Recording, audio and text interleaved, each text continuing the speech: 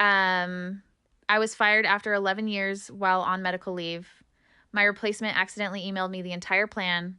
I forwarded it to every person it mentioned and watched the whole thing collapse in real time. Okay, so I've gone back and forth on whether to post this because some of it is still technically ongoing in a legal sense, but my attorney has cleared me to share the general story as long as I keep certain identifying details vague. So that's what I'm going to do. I'll use fake names and keep the industry general. Everything else is exactly as it happened. I worked for the same company for 11 years. 11 years. I started in a junior role straight out of college and worked my way up to a senior position managing a team of 9 people. I was good at my job, not in a bragging way, just in the way where your performance reviews are consistently strong, your team has low turnover, your clients specifically request to work with you, and you've been told by 3 different directors over the years that you're on the track to leadership. I believed them. That was probably my first mistake. About 14 months ago, I was diagnosed with a fairly serious but treatable medical condition. I won't go into specifics, but it required surgery followed by a recovery period, and my doctor put me on medical leave for 8 weeks. I had the documentation, I filed everything correctly. HR confirmed my leave was approved. I was covered under FMLA. Everything was by the book. I spent those 8 weeks recovering, checking in with my team when I had the energy, keeping things moving remotely on the days I felt well enough to do so. My direct manager, I'll call him Derek, was aware of everything. We had regular check ins. He told me repeatedly not to worry, that my position was secure, that the team was holding things together, that everyone was looking forward to having me back. And 3 days before I was due to return to work, I received an email. Now, here is where I need to explain something. The person who had been temporarily covering some of my responsibilities while I was out, I'll call her Natalie, was apparently coordinating with Derek and with HR on something. And at some point, Natalie, who was clearly managing several email threads simultaneously, sent a message meant for Derek to me instead. My work email address and Derek's apparently had enough similarity in the autocomplete that she selected the wrong one. The email was detailed. It outlined the plan to eliminate my position, absorb my responsibilities permanently into Natalie's role with a modest title bump and a salary increase significantly lower than what I had been earning. Talking points for the termination conversation, including how to frame it as a restructuring rather than a performance issue, a note about ensuring the severance offer was presented as final to discourage negotiation, and a timeline that placed my termination call on the morning I was supposed to return from medical leave. There was also a line, and this is the part that made my hands stop working for about 30 seconds, that referenced a conversation with someone in legal about whether my FMLA timing created any exposure, and the response that as long as the restructuring rationale was documented prior to my return, it should be defensible. I read that email 3 times. Then I forwarded it to my personal email, closed my laptop, and called my husband into the room to read it because I needed someone else to confirm that I was reading it correctly and not having some kind of medication-induced misunderstanding. I was reading it correctly. I want to tell you that I immediately called a lawyer and handled everything calmly and strategically. What actually happened is that I sat in my kitchen for 2 hours, cycling between fury and something that felt very close to grief. 11 years, I had given that company 11 years of my genuinely best work. I had taken calls on vacation. I had stayed late without being asked. I had mentored people on my team who went on to get promoted, and I was proud of that. And while I was recovering from surgery, the people I had trusted were scheduling the meeting to end my career. After the 2 hours, I called my sister, who is an attorney in a different field, but smart enough to tell me in very clear terms, do not respond to that email. Do not go into the office. Do not say a word to anyone at the company until you have spoken to an employment lawyer. Call one tomorrow morning first thing. I called one first thing. My attorney, who I will call the best money I have ever spent, reviewed the forwarded email, my FMLA documentation, my 11 years of performance reviews, which I had copies of because I keep everything, and the original approval confirmation from HR. She was quiet for a while after reading through it all, and then she said, with an energy I can only describe as professional delight, that this was what she would call a well-documented situation. We did not call the company. We did not tip them off. We let the termination call happen exactly as scheduled on the morning of my planned return. Derek called at 9. He used the talking points from the email almost word for word. I listened politely, said very little, and when he got to the part about the severance being a final offer, I said, "Thank you. I'll have my attorney review it and be in touch," and ended the call. The silence on his end in the half second before I hung up was genuinely one of the most satisfying moments of my life. My attorney sent a letter to the company's legal department that same afternoon. I don't know exactly what was in it beyond the summary she gave me, but it referenced the accidentally forwarded email, the FMLA timing, the documented discussion about legal exposure, and outlined what we believed the appropriate resolution looked like. She told me to expect a response within a week and to not be surprised if it came faster than that. It came in 2 days.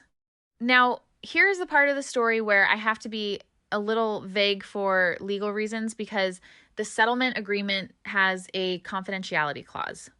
What I can tell you is that the final outcome was significantly better than the original severance offer. Significantly. In a way that allowed me to take 8 months off, finish recovering properly, consult with some people about what I actually wanted to do next, and land in a role I genuinely like more than the one I lost. What I can also tell you, because it happened before any agreement was signed and therefore predates the confidentiality clause, according to my attorney, is what happened with the people named in that email. Because here is the thing. The email Natalie sent me wasn't just a plan. It was a detailed plan with names. Derek's name was in it. The HR director who signed off on the approach was named. The person in legal who gave the opinion about FMLA defensibility was named. And there were 2 other senior managers who were CC'd on the original thread that Natalie was responding to, which meant their names and their implicit involvement in the plan were also documented. I did not do anything improper with this information. I didn't send it to the press or post it publicly or do anything my attorney told me not to do. What I did was provide it fully and completely to my attorney and let her use it in the way that legal professionals use documented evidence of coordinated action by multiple named parties. What happened to those people after that is genuinely not something I orchestrated. But I will tell you what I observed from the outside over the following months because I still had contacts at the company who occasionally shared things. Derek left the company 5 months after my termination. The official story was that he pursued an opportunity elsewhere. His LinkedIn was quiet for a long time after that. The HR director moved into a different role within the company laterally, not upward, in a move that people internally apparently understood to be a very specific kind of repositioning. The legal person I know the least about because they were several levels removed from my day-to-day world. I don't have a clean ending for that thread. Natalie, for what it's worth, did get the title bump and the absorbed responsibilities. She is still in that role from what I can tell. I don't have strong feelings about Natalie. She was a participant in the plan, but I don't know how much of it was her idea versus her being handed an opportunity by people above her and saying, yes, that's a moral question she gets to live with, not me.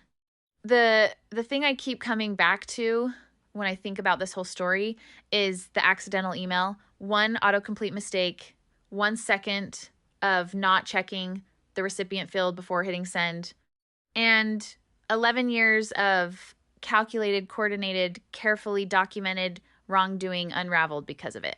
I have thought about what would have happened if that email had gone to Derek as intended. I would have walked into a termination call completely blindsided, accepted a lowball severance because I didn't know I had leverage, and spent months wondering if I had done something wrong or if my work hadn't actually been as good as I thought. I would have blamed myself. I know I would have, because that's what I do. Instead, I got a 2-day response from their legal team and a settlement that let me breathe for 8 months. I'm not going to pretend the whole thing wasn't painful. It was. 11 years is a long time to invest in something, and finding out the investment wasn't mutual in the way you thought, that lands hard regardless of how the legal side resolves. I still have moments where I think about specific people I worked with, specific projects I was proud of, and feel something that isn't quite anger, but isn't quite not anger either. But I'm okay. I'm better than okay, honestly. The new role is genuinely better. The team I work with now treats me like a person. My manager has never once scheduled a secret meeting about eliminating my position while I was recovering from surgery, which I am choosing to view as a green flag. And I keep copies of everything, every performance review, every approval email, every message that might matter later. I always did, but now I do it with a level of intention that I think would make my old company very uncomfortable if they knew about it.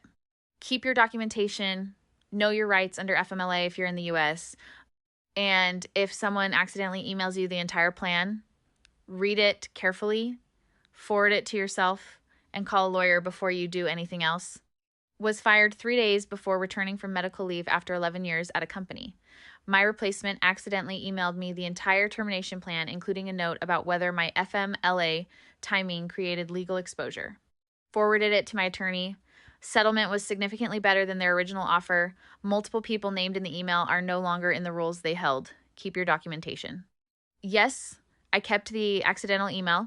Yes, my attorney confirmed it was legally obtained since it was sent to me directly. No, I did not hack anything or do anything improper. The universe simply handed me a receipt and I used it correctly. To everyone asking about the attorney, yes, she was worth every penny and then some. If you are in a situation involving FMLA, medical leave, or a termination that feels off, please consult an employment attorney before you sign anything. Most offer free initial consultations.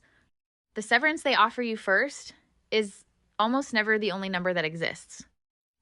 For the people in the comments asking if I feel bad about what happened to Derek, I want to be honest here. I thought about this a lot.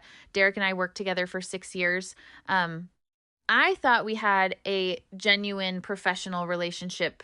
Finding out he was using talking points specifically designed to minimize my severance while I was recovering from surgery settled the question of whether I feel bad pretty efficiently. I wish him a quiet life somewhere far from any team that trusts him.